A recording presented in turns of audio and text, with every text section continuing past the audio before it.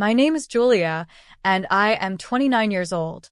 My husband, Mark, is a successful architect, charming, polished, and always too busy. Mark and I had been married for 5 years. We met at an art gallery opening. I was working part-time as a curator's assistant, and he was there networking, sketchbook in hand, full of confidence. He had this easy smile that could make you forget where you were for a moment. I fell for him quickly, not because of the charm, but because he seemed grounded, reliable. He talked about designing spaces that breathed, places that felt alive. I loved that. I believed in him, in us, in what we were building together. But somewhere along the way, that warmth began to fade. Maybe it was the long nights at the office. Maybe it was how he started calling me Jules in that absent-minded tone, like I was an afterthought. I couldn't tell when exactly the shift happened, but I began to feel like a guest in my own home, quiet, invisible, tolerated. His office was the heart of our house, or at least it used to be. It had been the room where he'd drawn our first floor plan, where I used to bring him tea while he worked late into the night. I loved watching him sketch, the way his hand moved confidently, the lines flowing into something beautiful. But now, that room had become a forbidden zone. He kept it locked when he wasn't there. He started closing the blinds, shutting out sunlight, and shutting me out along with it. I tried to reason with myself. Maybe it was a big project, something confidential. Maybe he just needed space. But the more I tried to ignore it, the heavier that locked door felt in my chest.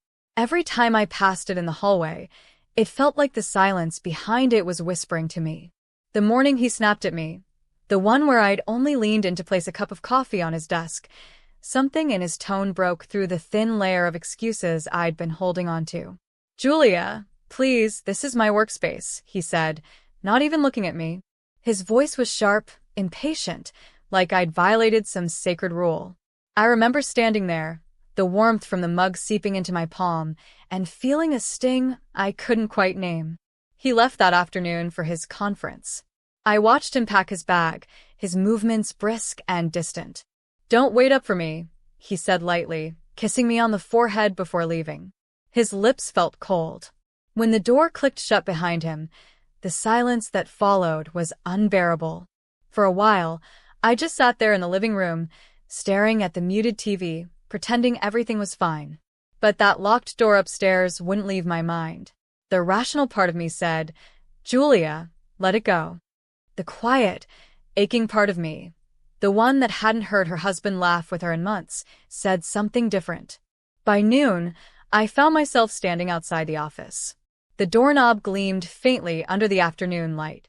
My heart was pounding as I reached into the drawer of the sideboard where I kept spare keys. I hesitated, fingers trembling. I wasn't trying to invade his privacy, I told myself. I just wanted to help. That room had always been ours. I had dusted those shelves 100 times before. I had rearranged his books, filed his papers, set flowers on his desk when he forgot to notice the seasons changing. The key turned easily. The click of the lock echoed louder than I expected. Inside, the air was still, heavy, almost stale. Dust motes drifted through slanted beams of light cutting across the room. His once tidy desk was buried under piles of blueprints, old coffee mugs, and stacks of papers. It didn't look like the Mark I knew, the man who used to color-code his files and sharpen every pencil before starting a project. I took a deep breath and rolled up my sleeves. The cleaning started slowly. I picked up stray pens, wiped the surfaces, and stacked loose sketches. Every piece of paper felt like a small fragment of him, his handwriting, his lines, his world. I found crumpled notes, little sketches of facades and arches, the kind of designs he used to show me proudly. But now they were shoved aside, forgotten. As I dusted the bookshelves, I thought about our life. The home we'd built, the dinners we'd skipped, the dreams we'd postponed. Somewhere along the line, I'd stopped being his partner and become part of the furniture, something he passed by on his way to bigger things. Still, I kept cleaning. It was easier than thinking. Easier than asking questions I wasn't ready to hear the answers to. I told myself I was just helping, just organizing. But deep down, I knew I was looking for something. Not necessarily a secret, though part of me feared that's what I'd find. But maybe a sign, a trace of the man I married. Something that said he still cared. Something that said I hadn't imagined it all. When I finally stepped back and looked around, the office seemed lighter, cleaner, but emptier, too. My hands were smudged with dust, my heart with doubt. I stood in that quiet room, surrounded by the fragments of Mark's hidden world, and realized that the silence wasn't just in the office. It had crept into us, into me. And for the first time, I wondered what else he had locked away, not just behind doors, but behind that careful, polished smile I thought I knew so well. As I wiped the shelves and sorted through papers, I noticed something odd. 2 phones on his desk. One was labeled work, and the other private. I froze. Mark never mentioned having 2 phones. My hands trembled slightly as I picked up the one labeled private. There were only a few contacts, no family, no friends, just a few initials. And then I saw the latest message. Can't wait to see you tonight. My heart pounded. My throat went dry. For a moment, I couldn't breathe. I could almost hear my own pulse echoing in the silent room. I stared at the message, then slowly, deliberately, I typed back. Neither can I. For a long moment, I just stood there, staring at the glowing screen in my hand. The rest of the world seemed to fade away, the faint hum of the air conditioner, the ticking of the clock, the dust floating lazily in the sunlight. Everything stopped. It was just me, the phone, and that single, shattering message.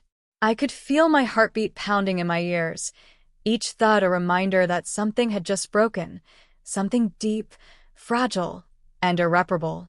My first instinct was denial. Maybe it wasn't what it looked like. Maybe "can't wait to see you tonight" was some inside joke, a client teasing him, a coworker misunderstanding something. But even as I tried to convince myself, I knew better. Mark wasn't the type to joke like that. Especially not with a heart emoji. My hands were trembling so hard that I almost dropped the phone. I set it down gently, as though it might explode, and stepped back. The air in the room felt heavier now, tainted somehow. My mind started racing, piecing together fragments that I'd ignored before. The late nights. The emergency meetings. The way he'd started showering as soon as he got home, tossing his clothes straight into the laundry basket. The faint scent of perfume that wasn't mine, the one I'd brushed off as my imagination. I sank into his chair, my knees weak. The leather was still warm, molded to his shape. I could almost see him sitting there, typing, laughing, maybe texting her. My stomach turned at the thought.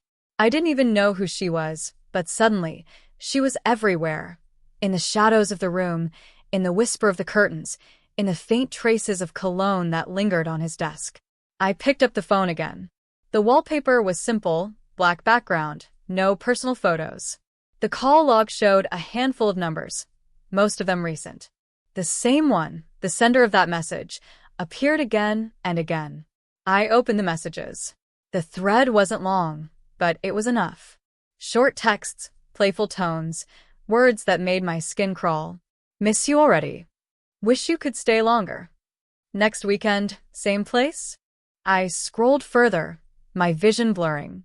It wasn't just the betrayal that hurt, it was the casualness of it. The ease with which he'd built a whole other world, one where I didn't exist. I wanted to throw the phone, to scream, to demand answers from a man who wasn't even there. But I didn't. Instead, I just sat there, breathing shallowly, feeling the sharp ache of realization spread through me. It wasn't shock anymore. It was grief, cold and quiet.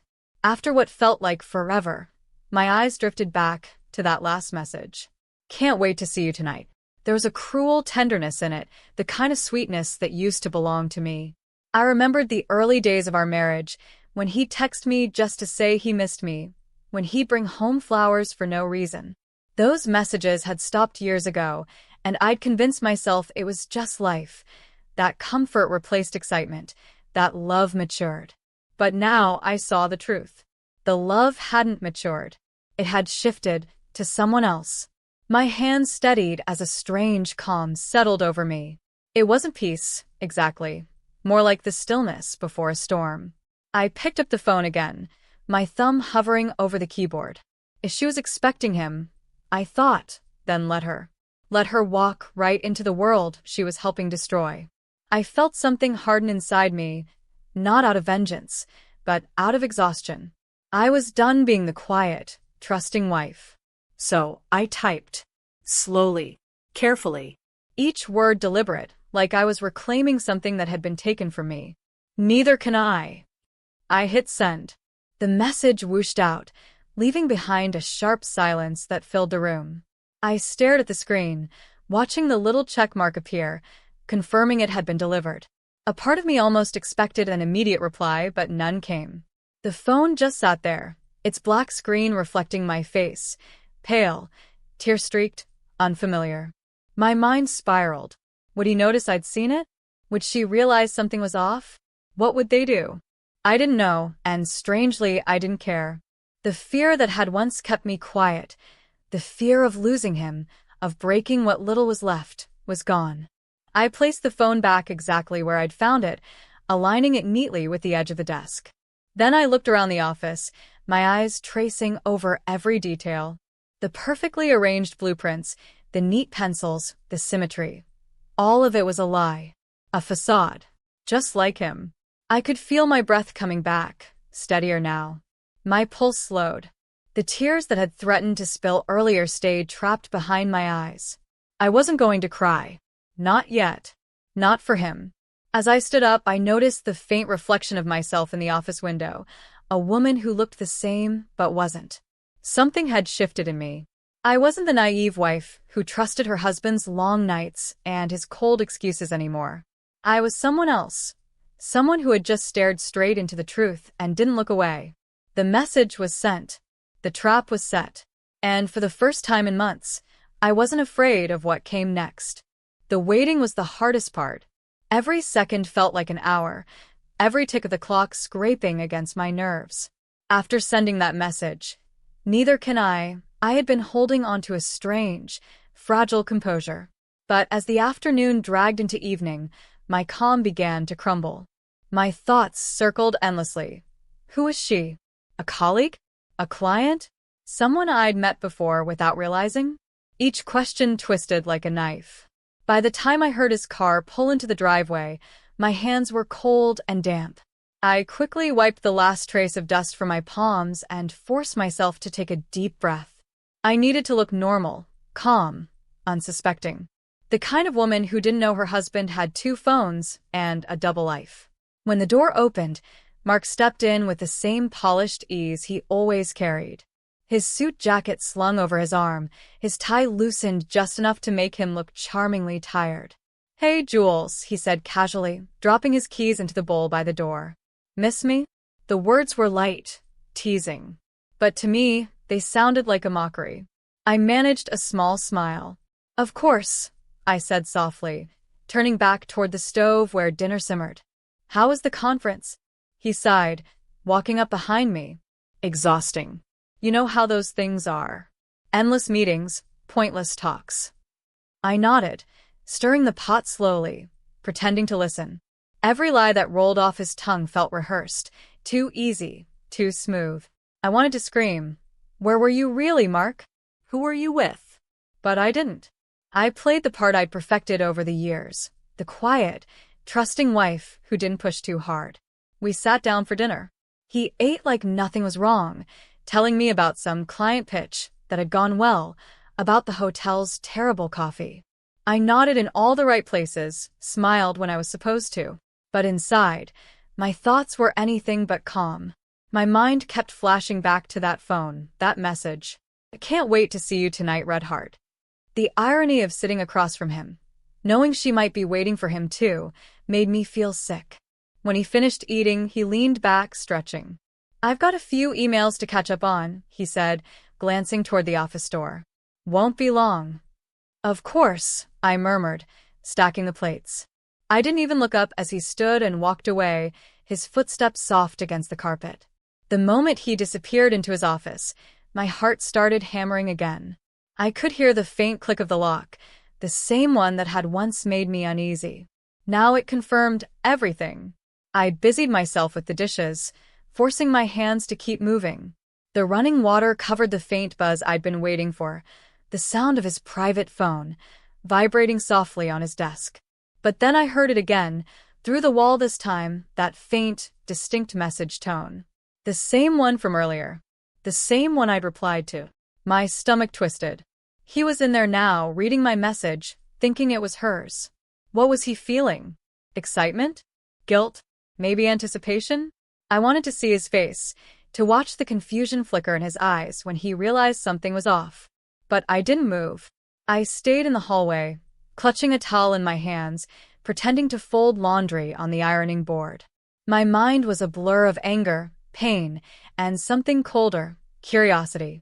10 minutes passed. Then 15. The silence stretched. The house felt too still, too deliberate. I strained to hear any sign of movement, but there was nothing. No creak of the chair, no rustle of paper. Just the faint hum of the refrigerator and the beating of my own heart. And then, the sound I didn't expect. The front door. It opened slowly, cautiously, as if someone was trying not to make a sound. My breath caught. I turned slightly, the towel slipping from my hands. The clock on the wall ticked once, loud, sharp, echoing through the empty space between me and that sound. Mark was still in his office. I could hear his faint voice inside, maybe on the phone, maybe muttering to himself. So if he was there, who had just come in? The realization hit me like ice. She was here. The woman from the messages. The one who had been waiting to see him tonight. She thought she was walking into a secret moment, a private meeting, maybe the same stolen kind they'd shared before. But this time, it wasn't him waiting. It was me. I froze in place, my heart thundering in my chest. I wanted to move, to run, to shout, but my body wouldn't obey. I felt like I was standing at the edge of something irreversible, a truth that was about to burst into the open. Through the narrow crack of the hallway, I saw the faint outline of a figure stepping inside. The sound of heels against the wooden floor. The click of the door closing softly behind her. She hesitated, looking around, probably expecting to see him waiting. And then she started walking toward the office. Each step echoed like a countdown in my chest. I pressed a hand to my mouth, trying to keep my breathing steady. The anger that had been simmering all day began to sharpen, solidify. No more denial. No more excuses. The truth was about to walk through that door, literally. And I was ready for it. I remember that moment with a strange, painful clarity. Every detail etched into my memory, as if time itself slowed to let me feel each second in full. The air was thick, almost humming with tension, and I could hear the faint hum of the ceiling fan blending with my heartbeat. The woman stepped into the light spilling from a hallway. She was younger than me, maybe 25 at most, with glossy brown hair and expensive perfume that reached me before her voice did. She was dressed as if for a date, a red dress, delicate heels, a touch of nervous excitement in her eyes that turned to horror when she saw me standing there instead of him. Her lips parted, but no sound came out. The color drained from her face, and her hand, still clutching her purse, began to tremble. Mark turned toward her, then to me, and for once, he looked utterly helpless. His mouth moved soundlessly, trying to form words that didn't exist. The confidence, the arrogance that he always carried like armor, gone. He looked small. I stood by the desk, my hand resting lightly on the edge where his two phones lay side by side, one labeled work, the other private. For a fleeting second, I saw my reflection in the dark glass of the screen, my face pale but calm. The storm that had been raging inside me all day had quieted. Now there was only stillness, cold, decisive stillness. She finally found her voice, soft and shaky. I think there's been some mistake, she stammered, glancing at Mark, her eyes wide. You said. Mark interrupted her, his voice hoarse. Anna, just wait. Anna. So that was her name. The sound of it hit me like a dull thud, but I didn't flinch. I just looked at him. Not with rage. I had no energy left for that, but with something heavier. Disappointment. Clarity. The kind that doesn't need words. He took a step toward me, his hands raised slightly as if to calm me. Julia, please listen. It's not what you think. Not what I think. I repeated quietly, my voice steady, almost too steady. You mean it's not what it looks like? Because from where I'm standing, it looks exactly like what it is. Anna looked between us, realization dawning slowly. Her eyes filled with shame, or maybe fear. You're his wife, she whispered. It wasn't a question. I didn't answer. She already knew. Mark tried again, his voice breaking slightly. Julia, I can explain. Explain? I cut in softly. Go ahead then. Explain why there are two phones. Explain the messages. Explain why she thought she was coming here to meet you. He fell silent. The only sound in the room was the faint hum of the fan and the ticking of the wall clock, steady, unforgiving. I could see the panic flickering in his eyes, the desperation of a man watching the walls of his lies collapse around him. But I didn't feel pity. Not anymore. That part of me, the forgiving, patient wife, had burned away hours ago. Anna backed toward the doorway, her heels clicking softly on the floor. I didn't know, she said in a whisper, her voice cracking. He told me he was divorced. That you. I held up a hand, cutting her off. You don't owe me anything, I said quietly. He does. She nodded quickly, eyes glistening, and turned to leave, her face flushed with humiliation. For a brief second, I almost felt sorry for her, for being caught in his web, for believing the same smooth lies that once fooled me. But then I reminded myself, she had still walked into a married man's home. She had still chosen to believe convenience over conscience. As she slipped out the door, the sound of it closing behind her felt final, like a curtain falling at the end of a long, painful play. Now it was just the two of us. Mark exhaled shakily, dragging a hand through his hair. Julia, please, he said again, his voice cracking. I didn't mean for you to find out like this. It's complicated. I almost laughed. Complicated. That was his word for everything, for the distance, the secrets, the lies. Always complicated. Never simple, never honest. I took a slow step forward, the hardwood floor creaking softly beneath my feet. You should have kept your office clean, Mark, I said quietly, my voice low but firm. Secrets gather dust too. He blinked, stunned into silence. The words hung in the air between us, sharp and heavy. In that moment, I saw something flicker in his eyes, realization, maybe even regret. But it was too late. Regret doesn't fix betrayal, it only decorates the ruins. I reached down, picked up both phones, and placed them gently on the desk, side by side, like the symbols of the two lives he'd been juggling. One for me, one for her. Two worlds that never should have collided. And yet, here we were. I didn't cry. I didn't scream. I thought I might. Earlier, when I first saw that message, when the truth first cracked open inside me. But now, there were no tears left.